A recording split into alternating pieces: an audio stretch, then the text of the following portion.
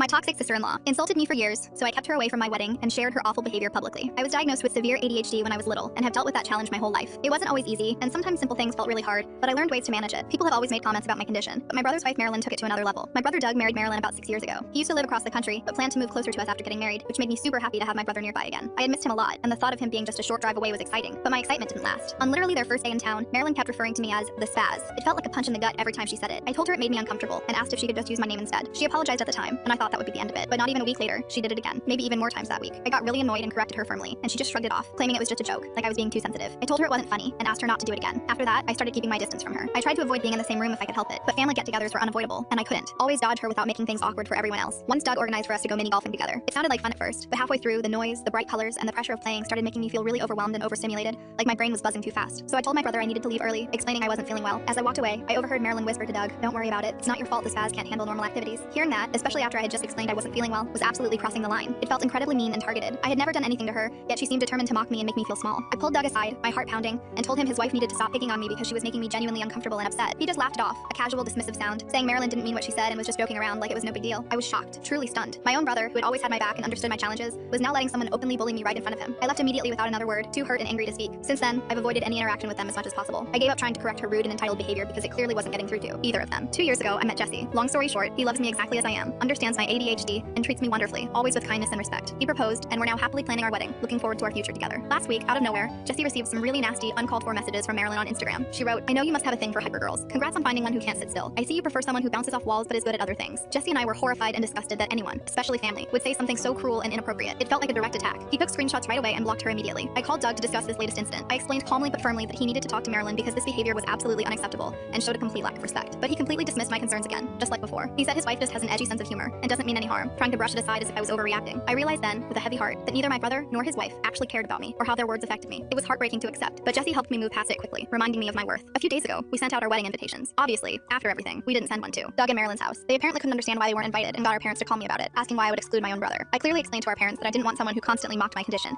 and made cruel jokes about me at my wedding, and that frankly, my brother had married a terrible person who enabled her behavior. But Marilyn took offense at what I said to our parents and did something even worse. She posted several times on Instagram, publicly complaining about how I was excluding my brother from my wedding, even though he'd supposedly supported me his whole life. She made up stories about the torture I had supposedly put her through over the years, twisting everything around. I was going to try and ignore her drama, but then I started getting messages from other family members, and even people I barely knew, calling me a horrible person for excluding my brother. That's when Jesse and I decided we couldn't let Marilyn walk all over us again and spread lies. We needed to show everyone the truth of what she was really like. So I made a detailed post on my own social media explaining everything she had ever said and done to me, going back years, and attached screenshots of the awful messages she sent Jesse as proof. Ever since then, I've received apologies from everyone who was quick to judge me, without knowing the full story, and people are now congratulating us on our upcoming wedding and supporting my decision. Weirdly enough, ever since I made that post, Marilyn has been completely silent online and hasn't contacted anyone.